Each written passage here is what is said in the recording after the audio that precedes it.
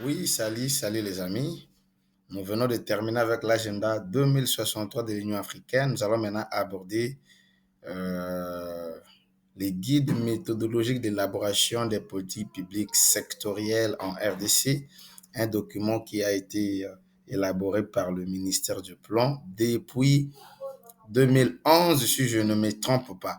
Sinon, on aborde cette question tout de suite et juste après, on va parler du PNSD, la vision 2050 et puis le PDSA 45T. Puis, on va entrer maintenant sur les guides méthodologiques de la dissertation. C'est très important. On vous donne tous ces éléments. C'est pour que vous ayez les idées. Les guides méthodologiques ne vont juste vous aider à aborder maintenant chacune des questions et vous serez intéressant lors de votre dissertation. Au niveau des guides méthodologiques de l'élaboration des politiques publiques sectorielles, ça c'est pour professionnaliser et uniformiser la planification. Ce guide est élaboré par le ministère du Plan de la RDC. Il vise à créer une planification sectorielle orientée et cohérente et performante, allais-je dire, alignée avec les engagements nationaux et internationaux. C'est un guide très intéressant. C'est à nous de voir comment nous allons l'utiliser. Les amis, mais pourquoi on vous parle de ça? Parce que nous sommes en train de parler vraiment sur la réforme. Nous sommes dans le contexte de la réforme. Mais dans le contexte de la réforme, on ne peut pas faire les choses n'importe comment. On doit à tout prix adapter toute politique publique, tout programme, quel que soit son secteur, on doit l'adapter aux réalités qui se présentent, aux réalités nationales et aussi internationales. C'est la raison pour laquelle, par exemple, certains projets et programmes échouent. C'est parce que l'élaboration n'a pas suivi les principes rigoureux qui sont établis par les guides de méthodologie d'élaboration de ces documents. C'est la raison pour laquelle nous vous parlons et vous saurez comment utiliser ces éléments, ces connaissances lors de votre dissertation, comment épingler cela. C'est un document très intéressant, un document qui nous guide pas à pas. Contexte et objectif du guide. L'importance de la planification structurée professionnelle. Une planification rigoureuse assure la cohérence des actions sectorielles et améliore la performance des politiques publiques. Lorsqu'il y a une bonne planification, certainement que les actions sectorielles seront cohérentes et aussi il y aura l'amélioration des performances des politiques publiques. Si vraiment on veut gérer de façon moderne, on doit gérer sur base de performance. J'étais en train de dire, si on veut vraiment gérer de façon rigoureuse, suivant le principe moderne, il serait très utile que nous puissions vraiment être concentrés sur la performance, que nous fassions tout en respectant la performance et surtout le résultat. Les engagements et réformes internationales et nationales. S'appuyer sur les OMD, bon, il faut comprendre parce que je pense qu'en 2011, déjà, en 2011, on n'avait pas les objectifs de développement durable, on avait les objectifs du millénaire pour le développement. Je pense que c'était les OMD. Et c'était un nombre de 8, il y avait pas les ODD. Et on s'était appuyé sur les OMD et puis la réforme de la LOFIP. La LOFIP n'est autre que la loi portant sur les finances publiques et qui a vu le jour en 2011. Les guides intègrent les exigences de transparence et de résultats. Vraiment, ces guides est ancré sur la transparence et le résultat. Les objectifs clairs pour uniformiser et professionnaliser la planification. Il définit le rôle sectoriel et propose une méthodologie claire pour passer au budget programme efficace, laisser le budget de moyens, aller au budget programme. Donc, c'est un peu ça. Et c'est un peu ça. À quoi ressemblent ces documents de guide, méthodologie d'élaboration des politiques publiques sectorielles? Les fondements et concepts clés. Gestion axée sur le résultat pour maximiser l'impact. La gestion axée sur le résultat lie activités, résultats, indicateurs pour optimiser la performance et la réduction des comptes. Ce sont des éléments très importants. Nous en avons tellement parlé lorsqu'on a parlé de la gestion, on a parlé sur la gestion publique, on a abordé ces questions sur le résultat, sur l'impact, gestion axée sur le résultat. On doit vraiment travailler pour améliorer la performance et réaliser de résultats. Définition essentielle. Programme, budget, unité de planification. Le programme et les budgets structurent l'action. Les directions de la planification assurent la coordination et validation. Donc, oui, le programme et le budget, c'est pour structurer l'action. Pour structurer l'action. Tout ça, c'est au niveau sectoriel, c'est pour structurer l'action. Les directions de planification assurent la coordination et la validation. Ça, c'est pour ce qui est de l'élaboration des politiques publiques sectorielles. Il faut vraiment retenir ça pour qui planifie, qui fait quoi. Si vraiment les programmes et les budgets, ce sont ces éléments qui structurent l'action. Les directions de planification assurent la coordination et la validation. Le rôle central des directions de planification dans la coordination. Les directions de planification jouent un rôle clé dans la coordination, la collecte d'informations et la validation des politiques sectorielles. Donc, les études et planification, nos différentes directions qui prônent les études et les planifications sont vraiment à prendre au sérieux parce que ces directions jouent un rôle clé dans la coordination des politiques publiques, la collecte d'informations et la validation des politiques sectorielles. Cadre national et outils stratégiques. Nous avons d'abord le vision à long terme et les piliers stratégiques nationaux. C'était la vision 2035 et les DSCRP 2011-2015. Structure, vous voyez que nous sommes vraiment dans des documents assez dépassés parce que c'est un document aussi qui est dépassé. C'est depuis 2011. On dirait que ce document a déjà aujourd'hui 14 ans depuis qu'il a été adopté, élaboré et adopté. Et donc, ça a déjà fait 14 ans.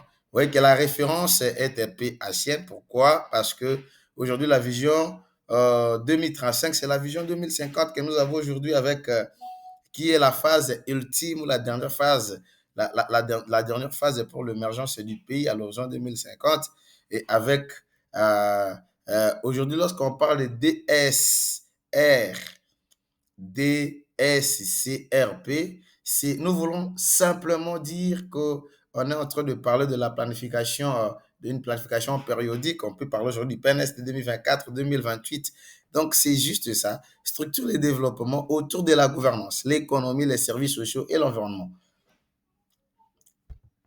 Et lorsqu'on parle de DSCRP, c'est un document de la stratégie de croissance et de réduction de la pauvreté. C'était un document de 2000 qui avait un plan quinquennal, c'est-à-dire de 2011 à 2025. Vous voyez un peu? Et aujourd'hui, on peut comparer ces documents au PNSD, le Plan national stratégie de développement 2024-2028, qui est là maintenant, qui est la première phase de la vision 50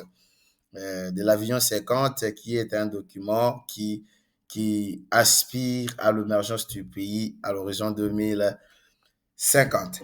Donc, c'est un peu ça. C'était autour des 4 éléments clés. Aujourd'hui, nous savons sur quoi se repose le PNSD. On va essayer de passer en revue rapidement juste après ces documents. Alignement entre politique sectorielle et plans provinciaux. Les politiques sectorielles sont alignées avec les programmes provinciaux assurant la cohérence avec les CDMT et le plan d'action prioritaire. C'est là les cadres de dépenses à moyen terme. Les CDMT, c'est les cadres de dépenses à moyen terme. Donc, ce qu'il faut comprendre ici est que toute politique, une politique de réforme, quel que soit ce que l'on peut, quel que soit son nom, doit vraiment rimer avec le programme provincial afin d'assurer la cohérence entre les cadres de dépenses à moyen terme et le plan d'action prioritaire. Donc, ce sont des éléments très importants qu'il faut maîtriser. Ces termes techniques, lorsque vous les utilisez lors de vos dissertations, vous serez de plus en plus impactant. Vous allez vraiment maximiser vos chances de réussite. Nous avons les outils opérationnels indispensables pour le pilotage efficace. Les cadres budgétaires triennaux, les PAP les programmes d'action prioritaires nationaux et provinciaux garantissent un suivi financier et opérationnel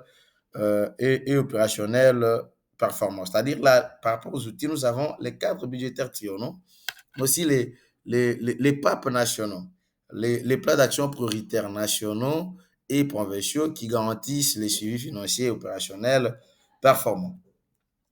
Méthodologie et processus participatif. Inclure tout le monde. La concertation. D'abord, on commence par la concertation.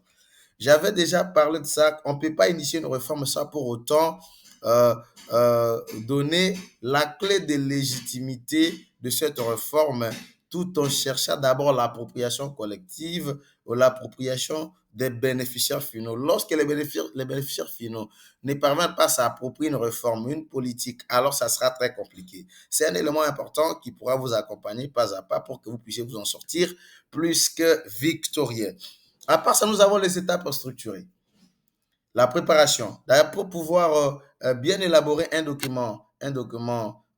une politique sectorielle, il faut d'abord la préparation. C'est une première étape. Il y a le diagnostic pour pouvoir poser les bases sur ce qui se trouve réellement, comment se présente la situation dans votre secteur, la rédaction du document et puis la validation. Là, c'est vraiment un processus clair qui va de la préparation au diagnostic et puis la rédaction, la validation, sécurise la qualité. Parce que lorsqu'on s'est préparé, on va bien préparer les équipes, on va préparer les groupes de travail, on va faire un bon diagnostic, on saura ce qui se trouve réellement sur terrain avec les indicateurs clés qui permettent de mesurer l'efficacité des actions qui ont été posées ou par mesurer les réalités qui se présentent. À part cela, il y a également la rédaction. Il y a la rédaction, c'est là où vous allez rédiger. Nous, par exemple, j'étais parmi l'équipe qui a rédigé le, la stratégie sectorielle du ministère des Finances. Nous étions même partis jusqu'à Mbouila Lodge pour pouvoir finaliser. Cela, c'est plutôt un travail pas facile. Et enfin, il ne nous reste plus que la validation. Et la validation, elle est technique d'un côté, puis d'un autre côté, la validation est politique. Technique, c'est-à-dire qu'il faut rassembler tous les techniciens du secteur pour pouvoir réfléchir, enlever les écueils par-ci, par-là, essayer de trouver un terrain d'attente sur ce qui est proposé. Et la validation politique, souvent, c'est fait au Conseil des ministres, ainsi de suite, et puis on doit adopter la stratégie avec le temps. C'est comme ça que ça marche, chers amis. Donc, c'est ça un peu de façon globale, ces documents. Les documents, les guides méthodologiques d'élaboration des politiques publiques sectorielles. Il faut savoir chaque élément. Donc, par exemple, si vous voulez aborder une question, une réflexion qui parle de l'évaluation, de l'élaboration des politiques publiques, il faut, par exemple, utiliser une idée comme il est important que, que l'élaboration des politiques publiques qui suivent les étapes structurées qui sont prévues dans les guides méthodologiques d'élaboration des politiques publiques sectorielles de 2011, entre autres la préparation, les diagnostics, la rédaction, la validation. Vous voyez que vous avez déjà donné une idée très forte qui va captiver votre lecteur. Ce n'est pas pour rien que je vous parle de ces choses, c'est pour que vous puissiez comprendre les choses, vous pouvez comprendre ces choses et les mettre surtout en action. Nous avons l'inclusion de toutes les parties prenantes pour un impact durable. L'inclusion de toutes les parties prenantes est vraiment d'une utilité non négligeable. Nous avons l'intégration des citoyens. Les experts et institutions assurent une démarche participative et une pénalité des résultats parce qu'il y a toujours les bailleurs qui sont là. Il faut toujours associer, mettre tout au centre du bénéficiaire final qui est les citoyens. Donc, c'est un peu ça en termes de conclusion, les amis. C'est guide un tel levier puissant pour professionnaliser la planification, garantir la transparence et orienter stratégiquement le développement national. Lorsque vous suivez ça, bien que ça paraît comme un document dépassé, mais c'est un document plutôt très intéressant. Il faut que toute réforme, toute politique, tout programme, tout projet qui est élaboré par les services de l'État puisse